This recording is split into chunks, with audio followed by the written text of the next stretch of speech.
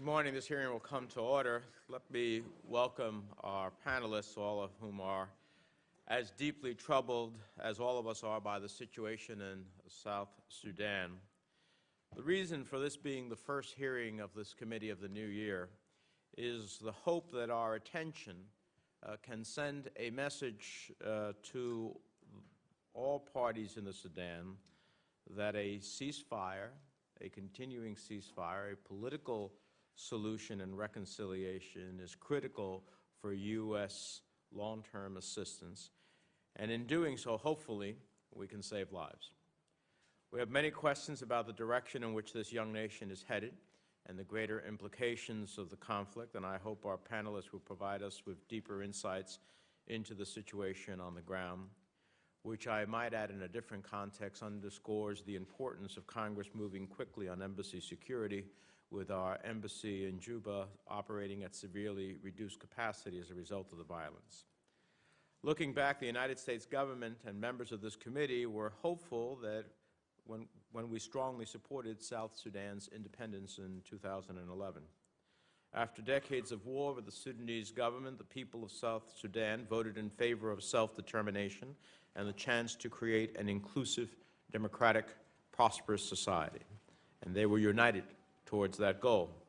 Now that ideal is in jeopardy. Over 1,000 people have been killed, more than 194,000 have been displaced, and humanitarian conditions will surely deteriorate as access to conflict areas diminishes. I think we can all agree that it is absolutely necessary that to avoid a downward spiral into further ethnic violence and chaos, all armed elements must cease hostilities immediately. A continuation of violence will only jeopardize future U.S. engagement and further U.S. assistance. Having said that, there is some sign for hope and reason for some optimism. I commend the Intergovernmental Authority for Development and other African leaders for successfully arranging negotiations in Ethiopia. And I commend President Kiir and former Vice President Machar for sending delegations to talk in Addis Ababa. At the end of the day, there's only one option. Let me reiterate Secretary Kerry's remarks, that all parties must make serious efforts to seek an inclusive political solution. Today's panelists are here to help us better understand the road to that political solution, the broader implications of the current crisis. We hope to gain insight into the nature of the rebellion. Are the units cohesive? Are they fragmented? How much does Machar have, control does he have over rebel forces? I would hope our panelists can provide answers to the basic questions before us. What is the danger of the violence spiraling out of control? What are the underlying political and ethnic grievances that must be addressed? What are the most immediate humanitarian needs? What can the United States do to play a role towards the long and short-term and long-term reconciliation, and what should that reconciliation look like? With that, let me turn to Senator Corker for his opening statement. Thank you, Mr. Chairman, and thank both of you in the second panel for being here with us today. We thank you very much for that. And as it's an understatement, I guess, to say that South Sudan's at a critical juncture today, and our ambassador's there with beefed up security and not much in the way of other staff members. And 30 months ago, I guess there were real expectations about the future of South Sudan, and we're seeing the difference between a rebel movement and a government. And I think we all understand it was that movement that united the country, and now that that has been achieved, things are dissipating. And unfortunately, due to the lack of good leadership, it's dissipating, but very quickly it could dissipate along sectarian lines that could harden and make the conflict even more difficult to overcome. So Khartoum is obviously benefiting from this. We are seen as the de facto backstop. We've got a long history there, and people expect us to be that de facto backstop. And while Uganda, Ethiopia, and Kenya are playing important roles, and obviously South Sudan is very important to China, this is a place where obviously people expect us to make a difference. So in addition to the conflict that we have there that's ongoing, that is causing murders and the kinds of things that we hate to see taking place in any country, we also realize that the institutional framework there is a morass and is going to take incredible effort over a longer period of time. So I do look forward to hearing the administration's point of view today. I know they share the sense of urgency that we all have regarding this conflict ending and us moving on to another phase there. And I do look forward to hearing your comments as to where we as a nation should go from here relative to South Sudan. So thank you for being here, and thank you, Mr. Chairman, for having the hearing. Thank you, Senator Corker. Let me introduce our panelists, Linda Thomas Greenfield, who is the Assistant Secretary of State for African Affairs. We appreciate her work in her former role, as well as now in this role, and to be here today. And Nancy Lindberg, the Assistant Administrator for the Bureau of Democracy, Conflict, and Humanitarian Affairs at USAID. Your full statements will be included in the record without objection. We'd ask you to synthesize those in around 5 minutes or so we could enter into a dialogue with you. And with that, Madam Secretary, we'll call upon you first. Thank you. Chairman Menendez, Ranking Member Corker, members of the Senate Foreign Relations Committee, thank you for the opportunity to testify before you today. I know that the subject before us is one in which you and other members of Congress are deeply concerned, and that you deeply care about the situation in Sudan. I regret that Ambassador Booth, our special envoy, is unavailable to testify before you today, as we have him in Addis working to get the peace process underway. Mr. Chairman, Ranking Member Corker, 3 years ago today, and it is really important that it was 3 years ago today. This is the anniversary of South Sudan's independence. On January 9th, 2011, the people of South Sudan voted in overwhelming numbers for independence from the Republic of Sudan. After decades of war, they were peacefully and joyfully voting for separation and for a new future. Then Senator Kerry, my new boss, was there to witness that historic moment. The United States played a critical role in getting the world's youngest nation on the map. Today, tragically, the world's youngest country and undoubtedly one of the most fragile democracies is in danger of shattering. The United Nations has reported that more than 1,000 people have died. Over 240,000 have fled their homes, including a number of refugees in neighboring countries. Political rivalries have taken on ethnic dimensions. Atrocities are being committed. Men, women, and children are caught in the crossfire. This is not the future for which the people of Sudan voted 3 years ago. South Sudan's crisis began less than a month ago on December 15th with a political struggle that escalated into broader violence. However, as the fighting began, a few things became crystal clear. First, neither the United States nor the international community will countenance the armed overthrow of a democratically elected government. Second, hostilities must stop. Any and all violence directed at civilian populations must end. Those responsible for perpetrating human rights abuses must be held accountable. And third, this crisis will not be solved on the battlefield. And we have made that point over and over again. Although fighting started less than 1 month ago, the root of this conflict are much deeper, and resolution can only come through immediate dialogue between the two sides and a broader reconciliation.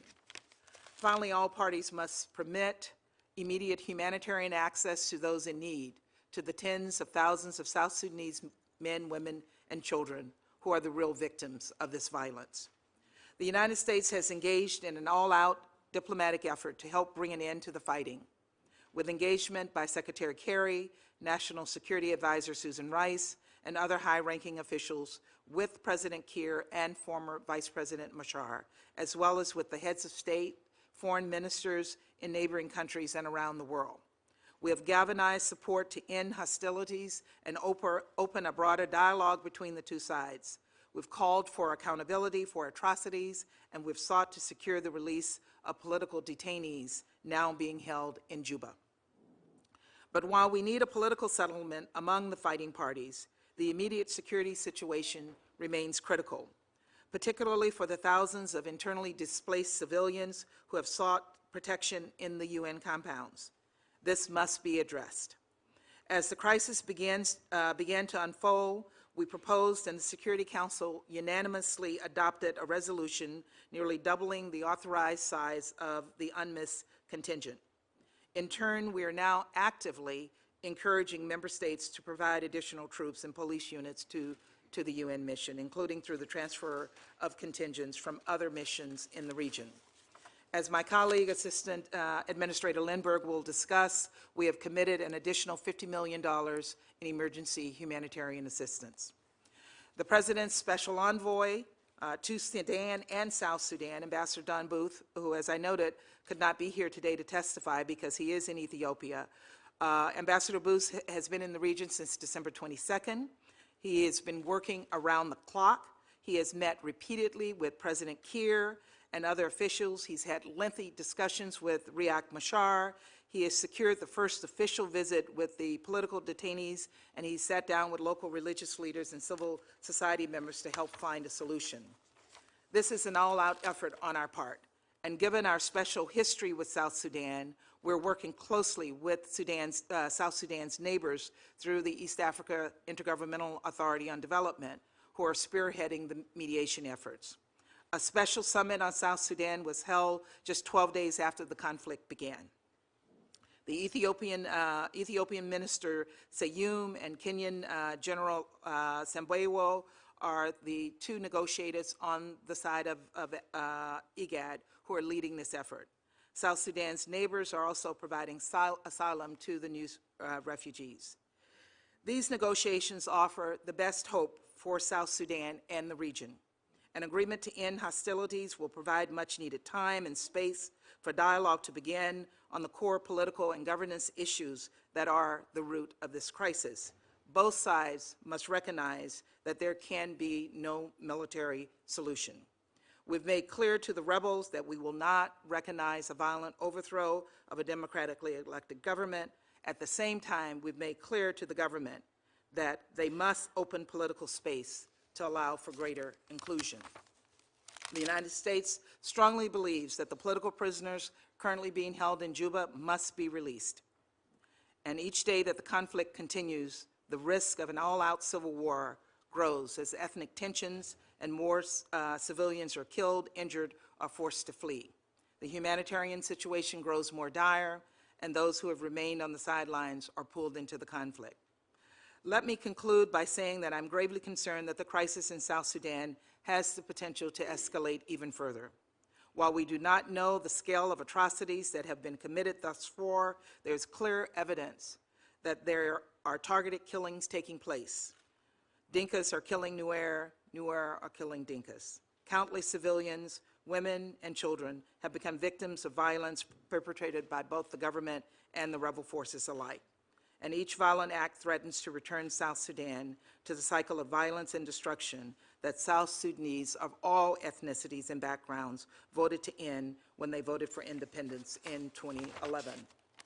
In addition to calling for an end to the violence, humanitarian access, dialogue, and the release of political prisoners in Juba, the United States is exploring the possibility of appropriate pressures against individuals on both sides who interfere with peace and reconciliation in South Sudan and those who are responsible for committing serious human rights abuses. Let me thank you again for giving us the opportunity to speak before you today. Let me thank you for your commitment to the people of Sudan and also your support for our efforts in the region. I look forward to your questions. Thank you. Administrator Lindberg. Thank you. Chairman Menendez, Ranking Member Corker, members of the Senate Foreign Relations Committee, thank you very much for holding the hearing today and inviting me to testify. And thank you also for your ongoing support for our work around the world, which continues to save millions and millions of lives. The U.S. government, including many of you, has been a strong supporter of the people of South Sudan for decades, through the Civil War, through the Comprehensive Peace Agreement, and since independence in 2011. And we are all deeply, deeply alarmed by the horrific violence that now threatens this hard-won struggle, especially today, as my colleague noted, the third anniversary of independence, in which 99% of the people voted to form the world's youngest nation. The outbreak of hostilities on December 15th has since erupted into heavy fighting across 7 of South Sudan's 10 states. The fighting is the result of long-standing, deeply rooted grievances in a fragile new state that has nascent institutions that are not yet able to deliver justice or services to its people. And coupled with this unresolved power struggle, this has ignited tensions along ethnic lines, and we're now seeing a renewed and vicious cycle of killing. As this new fighting creates urgent new sets of humanitarian needs, it also significantly complicates our ability to meet the extensive needs that already existed across South Sudan, one of the poorest nations on earth. An estimated 40% of the country's 4.4 million people were already in need of humanitarian assistance before the recent violence. This is the result of 2 decades of civil war, communal violence, the recurring floods and droughts, plus the influx of over 2,000 refugees into South Sudan from southern Kordofan and Blue Nile states since 2011. So the lack of roads, the pervasive underdevelopment that already made South Sudan one of the most logistically difficult environments further complicates our work today. There are seasonal rains that routinely cut off access to entire regions for months at a time.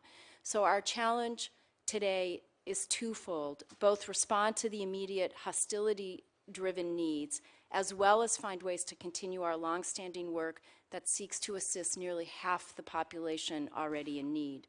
The United States remains deeply committed to the people of Sudan, and today, just a few more words on what is a rapidly changing situation and our humanitarian response. So in the few weeks since the fighting erupted, the violence has already claimed the lives of more than 1,000 people, and as of today, we've seen 270,000 people driven from their homes.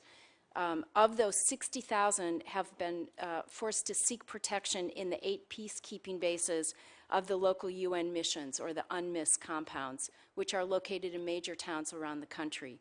And almost 39,000 have sought refuge in neighboring Uganda, Ethiopia, and Kenya, which are straining the reception capacities at key border crossings. The town of Bor, which is just a few hours north of Juba, is a strategic gateway to South Sudan's capital. It's caught in a desperate tug-of-war between the fighting factions. It's borne the brunt of the violence and looting. We're hearing graphic reports of unburied bodies along the roads. More than 84,000 people have fled Bor to make a treacherous journey across the White Nile River to seek shelter in neighboring Awrial County, where relief agencies initially found people living under the hot sun with very short supplies of water, food, medical assistance. And parents are often making difficult choices of whether to separate from their children so that they can pay for their safe passage out of a dangerous area. The new fighting is accelerating development. Just yesterday, we heard new reports of several thousand displaced people in numerous sites, including a newly discovered group of 30,000 displaced South Sudanese in Lankian, which is in Jonglei State. People continue to flee the shifting lines of control and the ongoing violence. So our humanitarian response is immensely complicated by the difficult and very chaotic conditions. The Nile River, which is typically a major supply conduit, has been off limits for weeks because barges have been commandeered for hostile purposes. We currently have ample stockpiles of key supplies that have previously been pre-positioned around the countries as a part of our normal response effort. It's the security conditions that are impeding the movement of those supplies and disrupting supply chains. USAID stood up a disaster assistance response team in Nairobi, as well as a response management team in Washington shortly after the violence began. And since then, we've been working closely with UN and humanitarian partners to support the urgent new programs, as well as seek to plan for the upcoming rainy season. The good news is that in the middle of this crisis, there's deep humanitarian expertise. On January 3rd, we announced additional $50 million that is in addition to our ongoing humanitarian commitment of $318 million for 2013 and 2014. And the new funding will help us do a multi-sector humanitarian response operation, support the displaced, family reunification, and most importantly, additional logistical capacity. We've especially prioritized additional support for flights that enable the UN to regularly reach 7 of the UNMISS compounds now with urgent food and supplies. We just received confirmation that 3 UN flights reached Bor as well, that previously we were not able to reach. And to date, the UN reports that relief agencies have reached about 167,000 people in the bases and in the new settlements with urgent relief. Immediate, unconditional, and full access for humanitarian assistance throughout South Sudan is of urgent and utmost importance. Humanitarian workers, both international and South Sudanese, are currently working at great personal risk, and they must have safe passage to reach those in need. We need to ensure not only that we reach those whose lives have just been upended by new violence, but also to begin to resupply in advance of the April rains or risk an even greater crisis with rising hunger through the country. Pressing for humanitarian access is a key and urgent part of the ongoing negotiations for peace. The South Sudanese leaders have the ability to ease the suffering of their people. The United States remains steadfast in our decades-long commitment to the people of Sudan, and most of all, we thank you for your ongoing support, your commitment, and your attention to this new crisis. Thank you.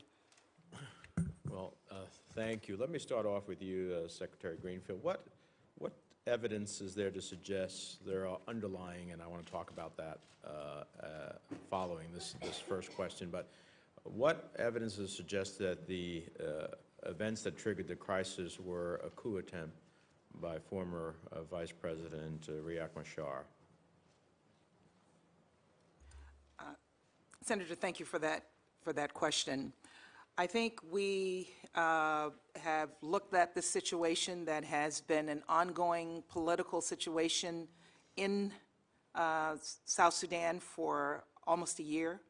There were internal dynamics within the SPLM and the SPLA that started with Riek Machar's being voted out of his vice presidential position. And what we have heard through many sources, all public, was that there was a fight that occurred at the party convention that took place on the 15th of December, and that led to the ongoing conflict. We've not seen any evidence that this was a coup attempt, but it certainly was the result of a huge political rift between Riek Machar and the president. So then how do you view Machar's decision to take part in an armed rebellion against the government of South Sudan? I think it is an armed rebellion against the government of South Sudan, and it started as a result of the political rift. We think they should resolve this through political talks, through negotiations, and not through war. What happened on December 15th was, we understand, an attack on Riek Machar's home, that he then left Juba, and the armed conflict resulted after that. Are we advocates of expanding the peace process? We are all focused, obviously, on the urgency of the moment and the attempt to create a ceasefire and save lives. But the long-term prospects here seem to me to, in part, fundamentally be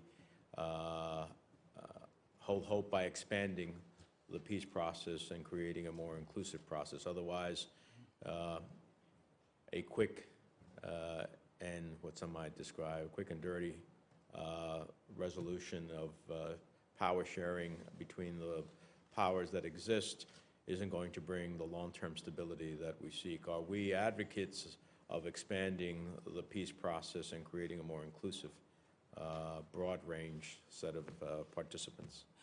Absolutely, sir. We do not believe this is going to end with the cessation of hostilities, that what must follow the end of the conflict is a very, very organized political dialogue that will lay out the grievances of the various parties so that those grievances can be taken into account and plans can be made for the next election.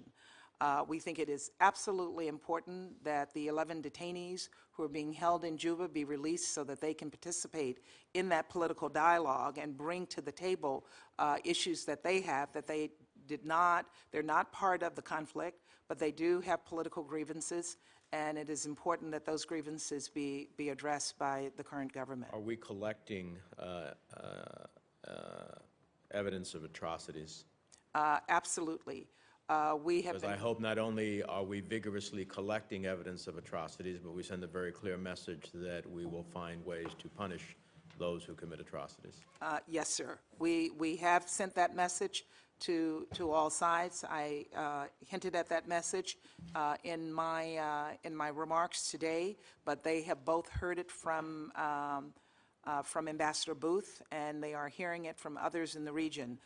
We were pleased to hear that the AU Peace and Security Commission has also looked at establishing a commission of inquiry, and others in the region are as well.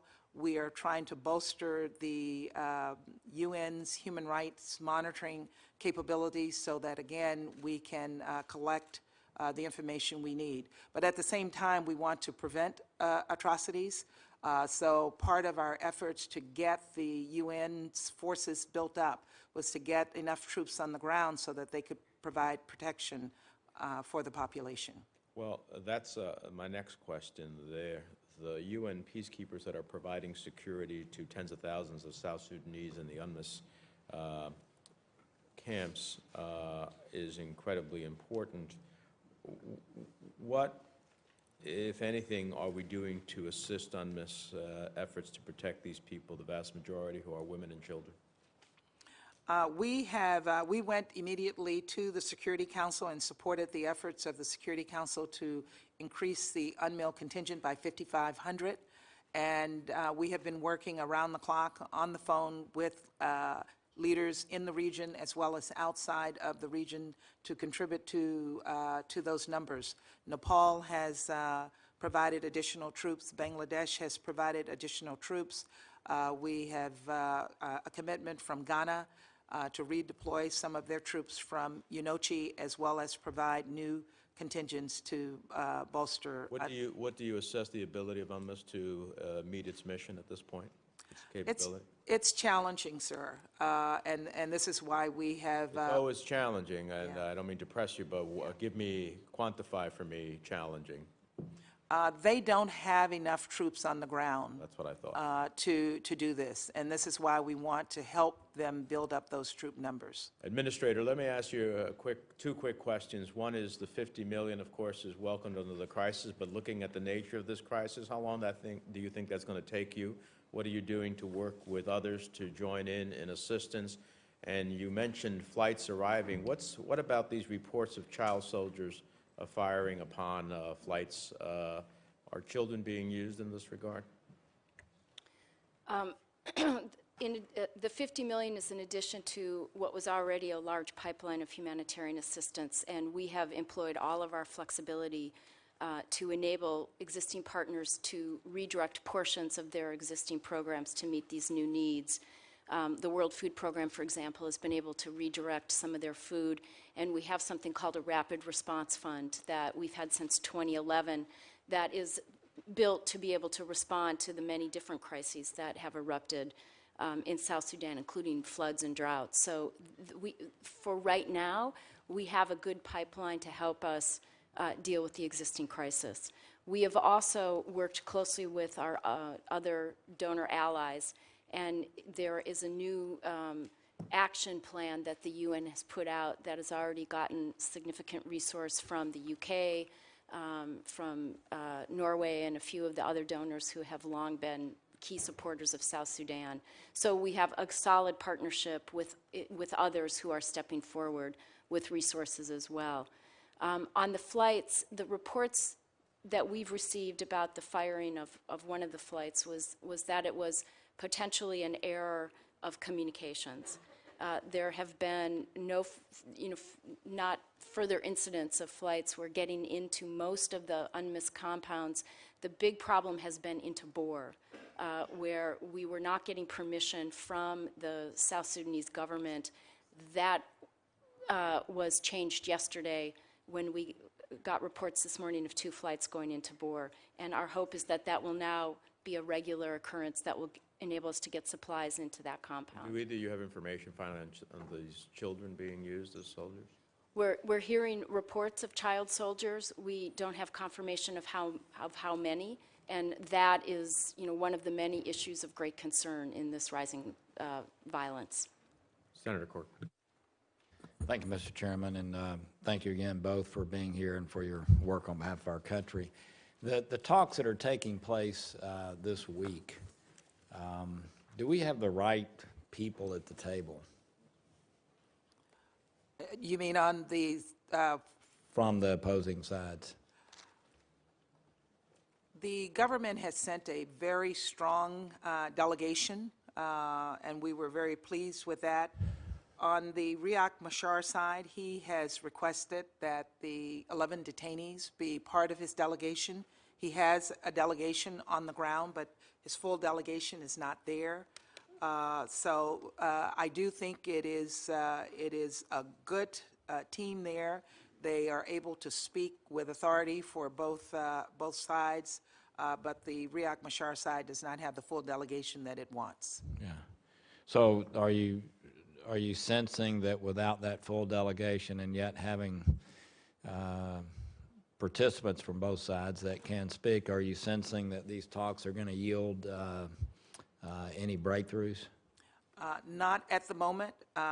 We got agreement, I understand, from Ambassador Booth for a cessation of hostilities, but the Riek Machar side is still insisting that the 11 detainees be released before they sign off on anything. And we are working both in Juba as well as in Addis, as well as here in Washington, to pressure the government to release these detainees. The 2 negotiators, the Kenyan and Ethiopian negotiators, were in Juba yesterday. They met with President Kiir, and they also met with the detainees. Is there any chance that's going to occur? We're hopeful. We heard early, right around Christmas, that President Kiir was going to release 8 of them. That did not happen. We're still pressing him.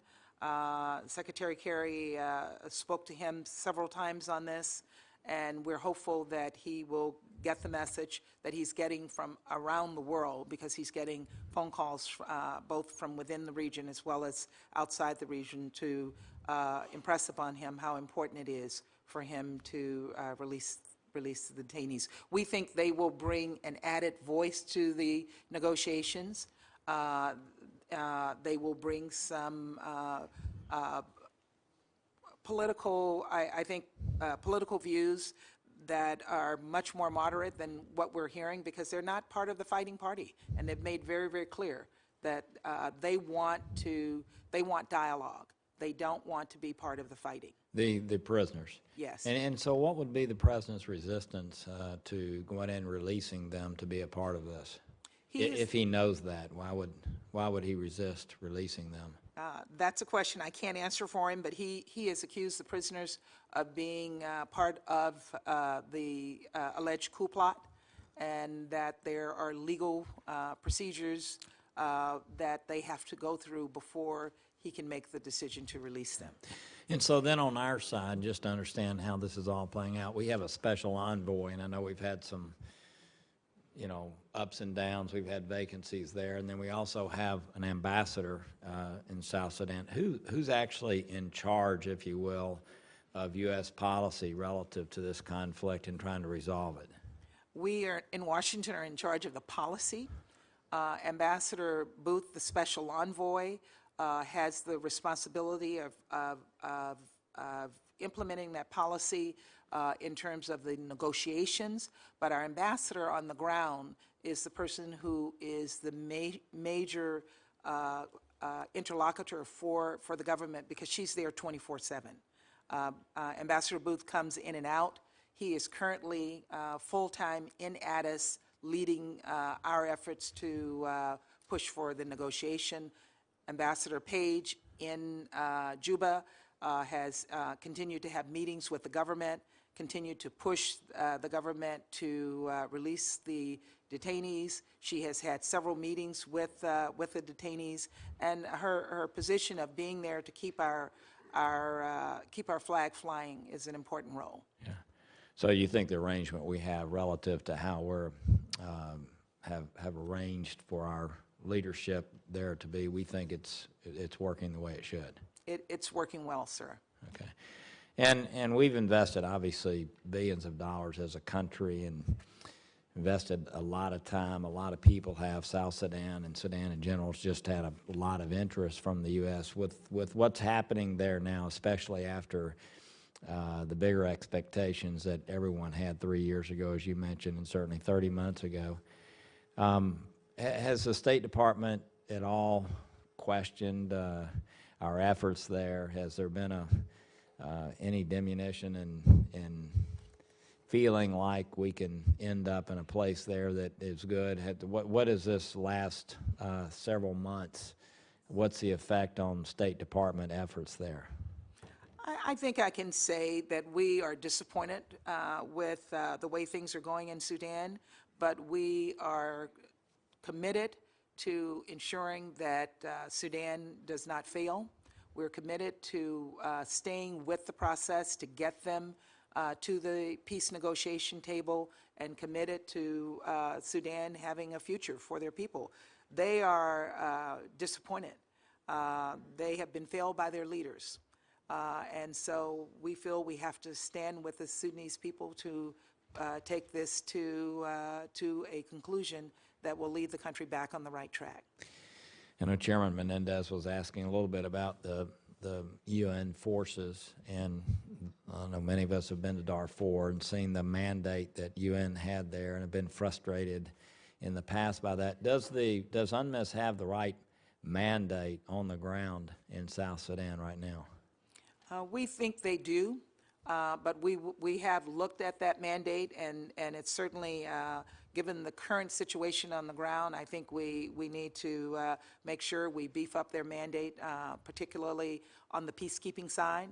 They're there as a protection force, and certainly in terms of their numbers and capacity, they're not at a place now to handle the current situation, and that it is our hope that we can build that up rather quickly. Yeah. Mr. Chairman, thank you, and thank you both. Thank you, Senator Corker. Senator Cardin.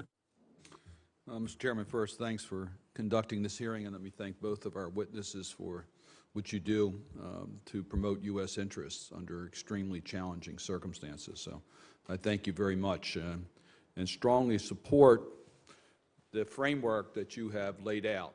Number one, we need to protect the population against continued violence.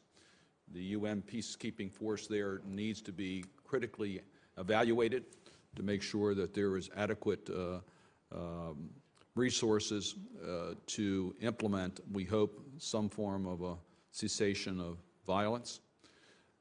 The humanitarian issues are incredibly difficult, with the NGO community not able to operate as they did prior to this violence. It raises significant challenges as to whether the resources and aid will get to the people who really need it, particularly when there is ethnic clashes as to whether we can distribute the relief that is desperately needed. And that presents challenges which we expect the United States to play a major role in trying to sort out.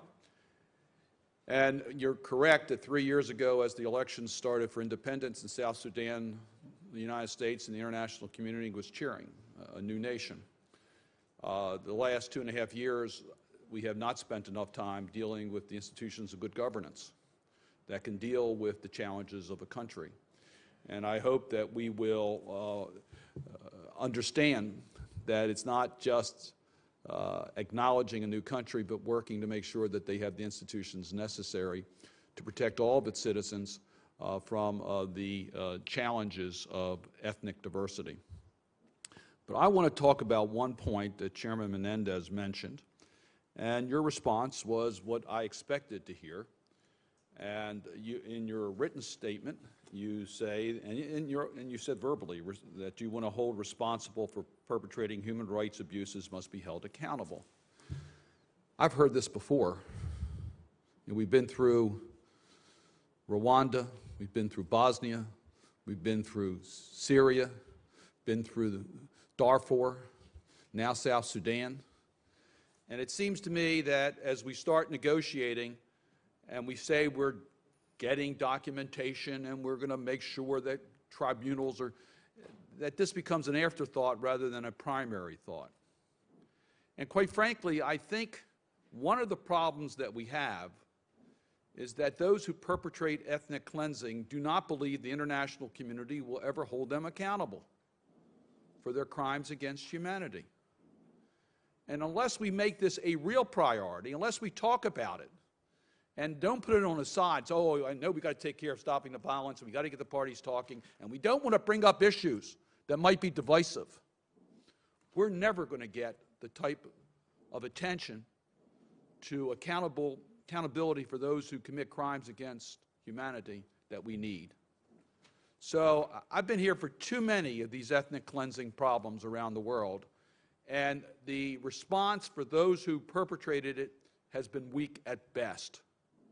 So what can you tell this committee about how the United States, which has always been the leader on these issues, will make sure that those who committed atrocities will be held accountable by the international community?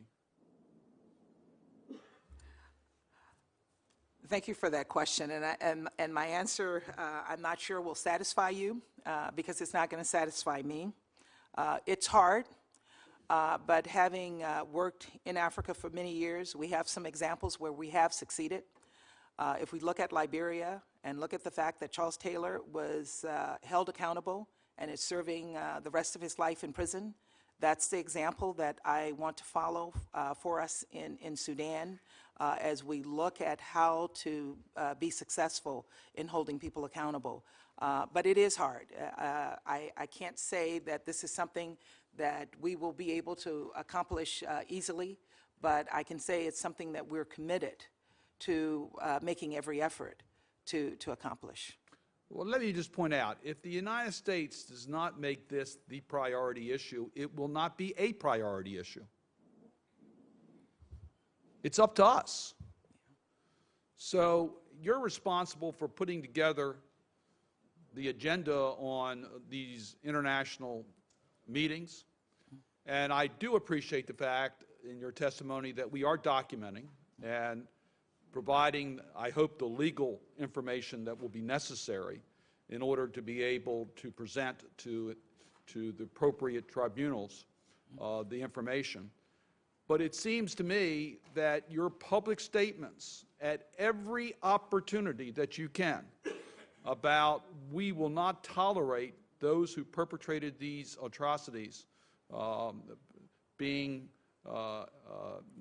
held accountable. That's two negatives. That we're going to make sure that they are accountable. Yeah. And I just hope that when I look at the headlines in the papers and see how these negotiations are taking place, that I see this theme consistently throughout.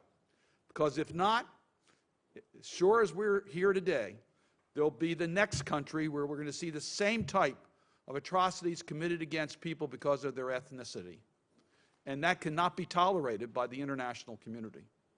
And unless we hold accountable and make sure that there can be no peace without accountability, it will happen again. Thank you, Mr. Chairman. And I want to thank the distinguished senator for being a longtime advocate in this regard. I am wholeheartedly with you in this regard. This is why Magnitsky, as one element of it, was incredibly important, and your work on the Helsinki Commission is incredibly important. And I look forward, as the chair, to work with you to press this issue, not only in South Sudan, but elsewhere as well. Senator Rubio. Thank you, Mr. Chairman, for holding this hearing, and to the ranking member as well. Secretary Greenfield, I want to ask you, in light of tragedies that have occurred over the last couple of years. First and foremost, what are we doing to ensure the security of our personnel in South Sudan? I know that on the 21st of December of this year, a U.S. military aircraft was dispatched to rescue, I believe, Americans that were in, and it was fired upon. They had to abort the mission, and 4 U.S. servicemen and women, I don't know the details, were injured in that. So, multi-pronged question, how confident are we that our personnel there is secure? And secondarily, do we know and do we have plans in place to hold accountable those who fired upon our aircraft and injured our personnel? Senator, thank you for that question. And let me just start by saying that the security of our personnel, for me, for the department, for the administration, is our highest priority. And we watch the security situation on the ground in Juba almost on an hourly basis. We have a 24-hour task force. As you know, our staff at the embassy are down to the minimal levels. Right now, it is the ambassador being supported by 2 staff, and the rest of them are security people. We have 9 DS officers, 7 Marines, and 45 forces from the East Africa response unit to provide that support. And again, on almost an hourly basis, we're looking at the security situation with the concern of the ambassador and the rest of the teams, their security in mind. The attack on our planes, I know that AFRICOM is looking into that. We do not know who shot at those planes, but that's something that we are in the process of investigating. We want to keep our embassy open. We think it's important to keep our embassy open. We think it's important for us to have a diplomatic presence on the ground, to continue to engage all of the parties, but it's also having our flag flying. It's also a it's a symbol for the people of Sudan, and we don't want to abandon them. But at any moment where we determine that the situation is not secure for our ambassador to remain, we're prepared to get them out of there before the situation is at a point where we have to get them out in extreme conditions. My second question has to deal with, it's kind of a follow-up to a question Senator Corker asked about whether we have the right people. There have been media reports about armed civilian groups that may or may not be responsive to some of the folks that are at the table in these conversations. How concerned are we about that? Because there have been reports of these community-based groups that are armed who allegedly may have participated in some ethnic targeting.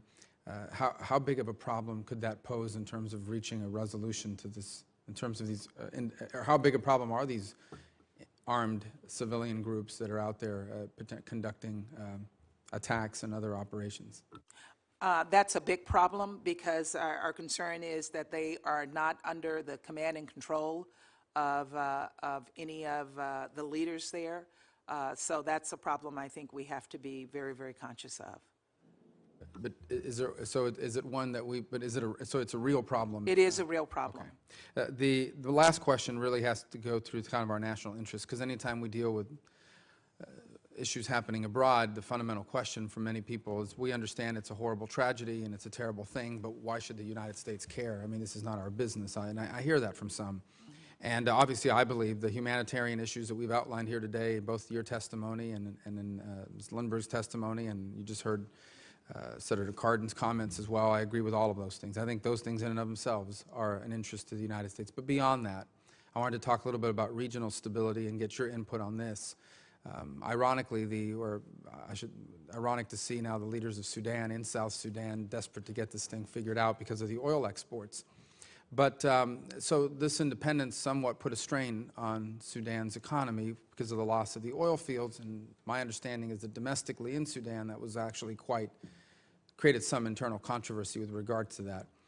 Talk to us a little bit about the threat that this poses to Sudan and ultimately to other nations in the region, in particular the loss of oil revenues in those fields if they're undermined, and also the flow of refugees that I imagine are pouring over the border back into Sudan from South Sudan. What is the possibility, if this is not resolved, of this undermining and spreading to creating real problems within Sudan, and then ultimately the entire region becoming unstable, and we all know what instability leads to, operational spaces for real bad actors. So describe a little bit about that threat of spiraling into that. Yeah, the situation in South Sudan can really spiral into problems for all of its neighbors. But I think particularly the fact that we saw President Bashir visit South Sudan last week, that he clearly is concerned about the impact of that situation on what is happening in Sudan, but particularly on the flow of oil. We had heard that there had been discussions about Sudan providing military support to South Sudan. The press reports that have come out have indicated that they do not plan to do that. They are going to provide experts to assist in the oil fields, and we can interpret that in many different ways. The government of Uganda has indicated that they have real concerns about the impact of the situation in South Sudan on Uganda. Kenya already has a very large, and Uganda, very large refugee camp with Sudanese refugees, both from the south and the north. And as you heard from my colleague, we're seeing more refugees flow across the border.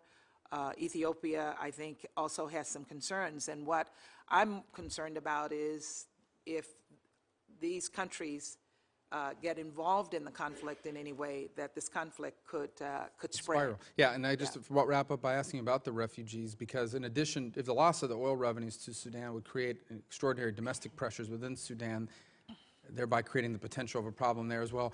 But what risk are these refugees at going now into this? I mean, what are if you could just describe briefly the ramifications of having these camps or other, installations crossing over into other countries, but particularly Sudan, the risk the refugees are at, and the risk it poses of violence in those other countries as well. I mean, that's a real thing we're concerned about as well, and that would clearly be in our national interest to prevent.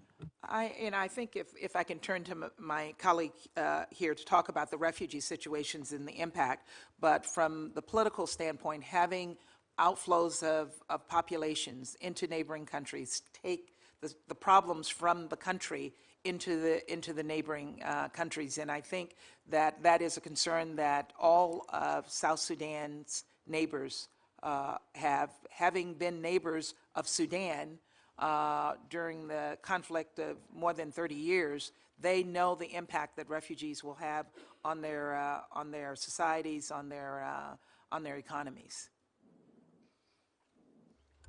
I would just add that it's a region that's had significant displacement for several decades, and you've got a neighboring country of Central Africa Republic that is dealing with its own serious spiraling crisis as well. 200,000 people have come from Sudan, from the two areas of Southern Kordofan and Blue Nile, into South Sudan just in the last 2 years. So those people are now doubly imperiled.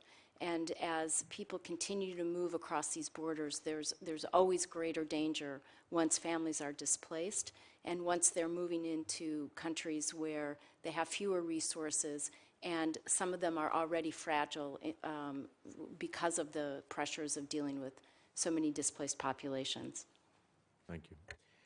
As I call upon Senator Coons, let me thank you as the chair of the Africa Subcommittee and Senator Flake as the ranking member have done some tremendous work over the last year on the issues facing the African continent, and we're thrilled with the work that you do on behalf of the full committee, and at this time recognize you. Thank you very much, Chairman Menendez. Thank you for your leadership of the committee, and I'd like to thank the witnesses for sharing your insights today. In 2011, I led a resolution welcoming the independence of South Sudan and urging that its leaders address some of the long-standing unresolved internal challenges in order to put them on a path towards long-term stability. And just 3 years now from the date of the referendum, as you mentioned, Madam Secretary, I'm deeply disappointed by the senseless violence, by the widespread humanitarian challenge, and by the rapidly expanding political challenge in South Sudan. I want to commend you and the administration for your prompt response and thorough engagement, for the leadership that you've shown and that Ambassador Booth is showing, and for our ability to step up to the plate quickly. Start, if you would, for me, Madam Secretary, with just a quick summary as to why South Sudan matters to the United States, why this crisis matters to the people of the United States. Thank you for that question. For 30 years, the United States has been supporting the people of South Sudan, even before South Sudan became an entity, supporting their right to exist, their right to freedom of religion, and their fight against the government of Sudan. We birthed this nation. And there are Americans from all walks of life. My email has been burning up since this started on December 15th from Americans who are concerned about what is happening in Sudan. I've not gotten a single email from someone saying, don't spend your time working on this. So we do care as a nation about this country.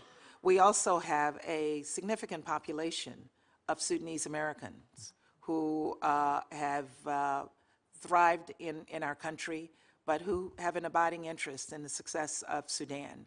So I think it goes without saying that we care, we have an interest, but we also have an interest in maintaining peace in the region and making sure that there is no ungoverned space that extremist groups can take advantage of. And while that has not been an issue thus far in South Sudan, I think if we leave it, it could become a problem, and then it becomes a bigger problem for us. I appreciate you putting it that way. I think I agree with you that we have both values priorities, a new, somewhat fragile democracy we want to see not just birthed, but launched and healthy and vibrant and successful, but it has regional implications, and it also has leadership implications. Does the United States stay the course? Do we address not just immediate or emergent humanitarian crises, but do we remain engaged in a leadership role as we fight for democracy in many ways, one of the most important continents on earth? As the ongoing negotiations in Addis are moving forward, my sense from your testimony was there's a ceasefire focus immediately, and I am hoping that once there is a full team from both sides, there will be a broader focus on a broader range of issues, including corruption, which was one of the main challenges in Juba. What role might the United States be asked to play in monitoring or implementing the ceasefire? What additional resources might we bring to the table or be called upon to bring to the table to make sure that UNMISS is successful? And what additional resources, I might ask both of you and Assistant Administrator Lindberg, do we need to be deploying in order to be effective in our humanitarian relief efforts with our vital allies? Again, thank you for that question, and I'll turn to my colleague. We have been viewed by both sides as an honest broker. We've been accused by both sides as supporting each of the other sides, so I think we probably got it right. And we're looking at how we can support the efforts to ensure that there is peace and that each side honors commitments to a ceasefire. So we're looking at what resources we may have available in our